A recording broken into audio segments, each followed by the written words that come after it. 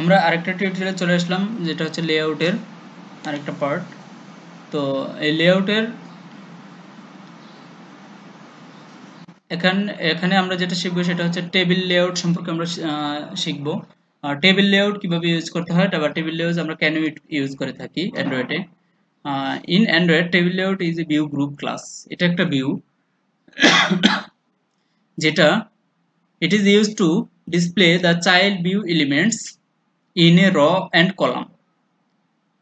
এই লেআউটের যতগুলো চাইল্ড থাকবে সেটা র অথবা কলামের মাধ্যমে ভিউ করানোর কাজ হচ্ছে টেবিল লেআউটের কাজ। অর্থাৎ আমি যদি কোনো চাইল্ড কোনো ভিউ, ধরেন টেক্সট ভিউ, টেবিল সিস্টেমে দেখাইতে চাই, তাহলে হচ্ছে আমরা টেবিল লেআউটটা মূলত ইউজ করব।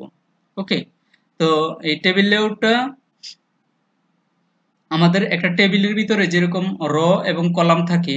ওকে, একটা র এবং কলাম থাকে, সেই র এবং কলাম যখন প্রয়োজন হবে কোনো ভিউয়ের মধ্যে, কোনো স্ক্রিনের মধ্যে, তখন হচ্ছে যে আমরা টেবিল লেআউট ইউজ করে ওই স্ক্রিনটা তৈরি করতে পারি বা ওই ডিজাইনটা তৈরি করতে পারি। ওকে, অর্থাৎ টেবিল লেআউট আমাদের প্রোভাইড করা হচ্ছে র এবং কলাম, যেটা আমরা যদি আমরা ওয়েবসাইট কেউ করে থাকি তাহলে হচ্ছে সেখানে আমরা টেবিল নিয়ে অনেক কাজ করি। ভিউ তৈরি করার জন্য, টেবিলের ভিতরে বিভিন্ন ডাটা শো করানোর জন্য, লিস্ট শো করানোর জন্য টেবিলের মধ্যে, সেখানে আমরা র কলাম নিয়ে অনেক কাজ করি। তাহলে হচ্ছে সেম ওইরকমই টেবিল লেআউট নিয়ে এখানেও কাজ করা যায়। এখানে টেবিল লেআউটের জন্য জাস্ট র কলাম তৈরি করতে হয়। ওকে, তো এটার এক্সাম্পলটা আমরা দেখব এখন। তো আমরা আমাদের কোডে চলে যাব। সেটা হচ্ছে আমাদের যে টেবিল লেআউটের যে ফাইলটা, সেটাতে চলে গেলাম, দেন কোডিং মোডে চলে গেলাম। আমরা এখানে বলে দিতে পারি লিনিয়ার লেআউট আর টেবিল লেআউট। ওকে, আচ্ছা, এটার ডিজাইনটা একটু জটিল, সেই জন্য হচ্ছে আমি কপি পেস্ট করছি, এটা সময় লাগবে একটু, সেই জন্য আমি আগে থেকে করে রেখেছি। সেটা হচ্ছে এটার ডিজাইনে আমরা চলে যাব, টেবিল লেআউটের ডিজাইনে। ওকে, এখানে আমরা টেবিল লেআউট নিয়েছি, অর্থাৎ তার মানে কি, আমি যদি আমাদের যেই লেআউটে আমরা কাজ করতে চাচ্ছি সেই প্রথম এক্সএমএল ফাইলটাই হচ্ছে আমরা ওই লেআউটে নিয়ে নেব, অর্থাৎ টেবিল লেআউটে নিয়ে নিছি। আমি ম্যাসপ্রেন্ট দিয়ে দিচ্ছি। দেন হচ্ছে যে আমরা যে অ্যাট্রিবিউটগুলো ইউজ করব সেটা হচ্ছে এই এখানে কিছু একটা প্যাডিং দিয়ে দিচ্ছি ছোট, আর কিছুই না।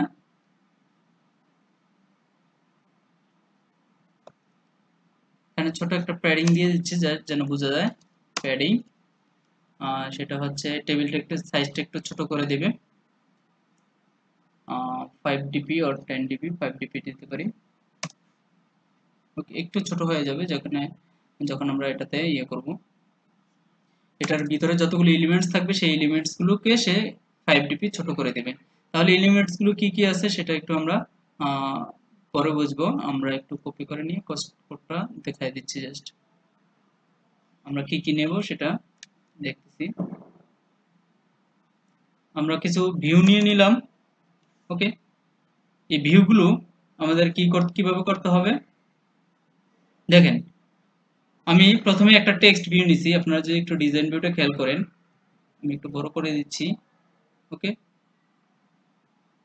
আপনার পাশেই যদি ডিজাইন ভিউটা খেয়াল করেন তাহলে দেখতে পাবেন যে আমি যখন যে ভিউটাতে ক্লিক করব সেই ভিউটার উপরে একটা ইয়া পড়ে যাবে।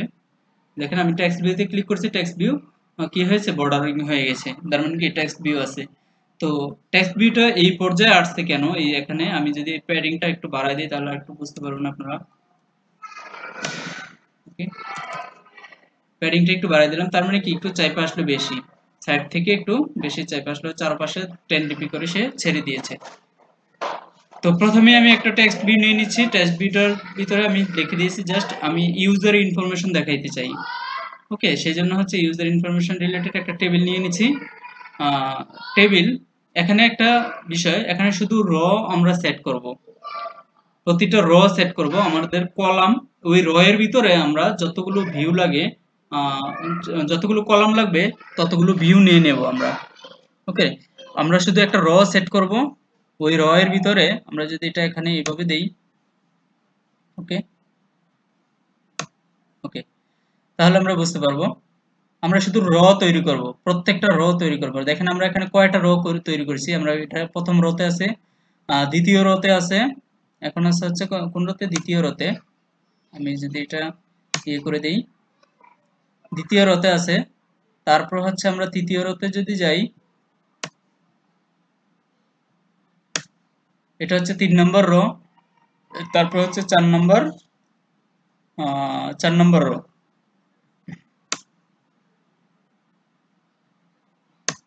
আপনারা তো সবাই র কলাম বোঝেন, তাই তো? র মানে হচ্ছে নিচে নিচে বাড়তে থাকবে, আর কলাম মানে হচ্ছে পাশাপাশি বাড়তে থাকবে। ওকে, তাহলে আমরা এখানে কয়টা র নিয়েছি? প্রথমে একটা টেক্সট বি নিয়েছি, জাস্ট একটা টেক্সট শো করানোর জন্য।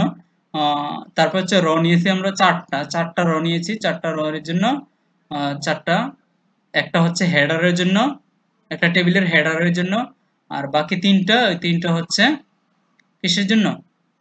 মূলত আমাদের ডাটাগুলো রাখার জন্য।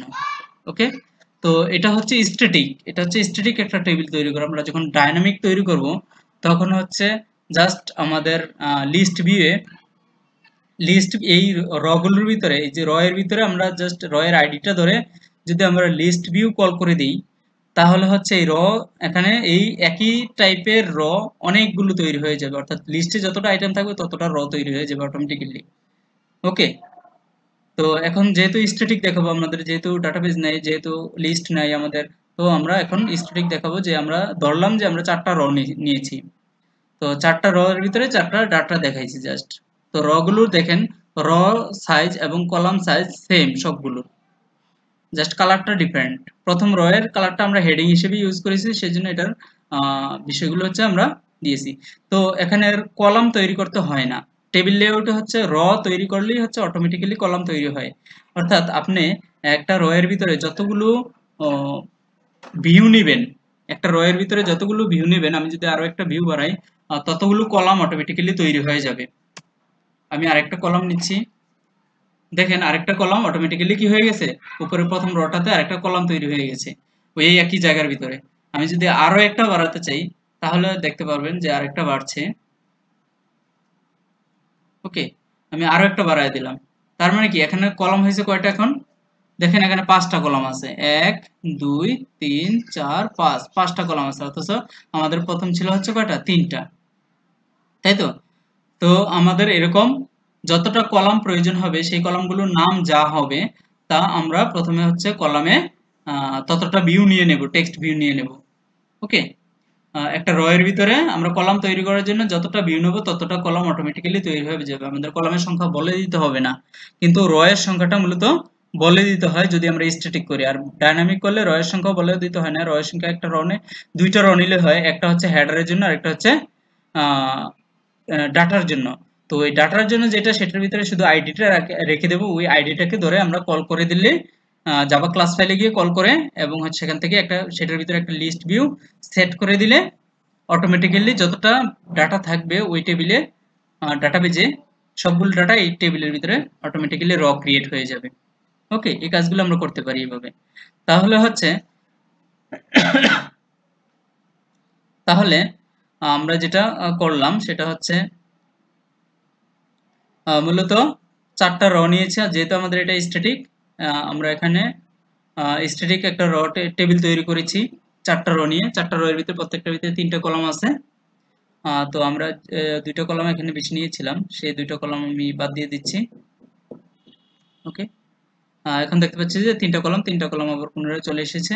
অর্থাৎ আমি একটা র এর ভিতরে যতটা টেক্সট ভিউ নিব ততটাই কলাম তৈরি হয়ে যাবে। অর্থাৎ টেক্সট ভিউ হোক, এডিট টেক্সট হোক, যেটাই হোক না কেন, আমি যতটা ভিউ নেব প্রত্যেকটা ভিউই এক একটা কলাম হয়ে যাবে একটা র এর ভিতরে। তো টেবিল, তাহলে হচ্ছে টেবিল লেআউট মূলত কাজ করে কি নিয়ে? টেবিল লেআউট মূলত কাজ করে হচ্ছে ডাটাগুলোকে র এবং কলামে সাজানোর জন্য। অর্থাৎ টেবিল লেআউট তার চাইল্ডগুলোকে র এবং কলামে সাজিয়ে রাখার জন্য ব্যবহার করা হয়। ওকে, তার যত চাইল্ড থাকবে সেগুলো র এবং কলামের মধ্যে সীমাবদ্ধ থাকবে। এই জন্য হচ্ছে মূলত আমরা টেবিল লেআউট ইউজ করি। তো সেই জন্য প্রত্যেকটা কলাম দেখেন আমরা এখানে এটার ভিতরে তিনটার জন্য তিনটা ডাটা দিয়েছি, এখানে 1 দিয়েছি, এখানে একটা নাম দিয়েছি, এখানে হায়দ্রাবাদ দিয়েছি। ওকে, তো এই ছিল হচ্ছে আমার টেবিল লেআউটের এক্সাম্পল। আমরা যদি অ্যাপসটা রান করি, দেন আমরা দেখতে পাবো যে আমাদের এরকম একটা ডিজাইন হয়ে গেছে আসলে।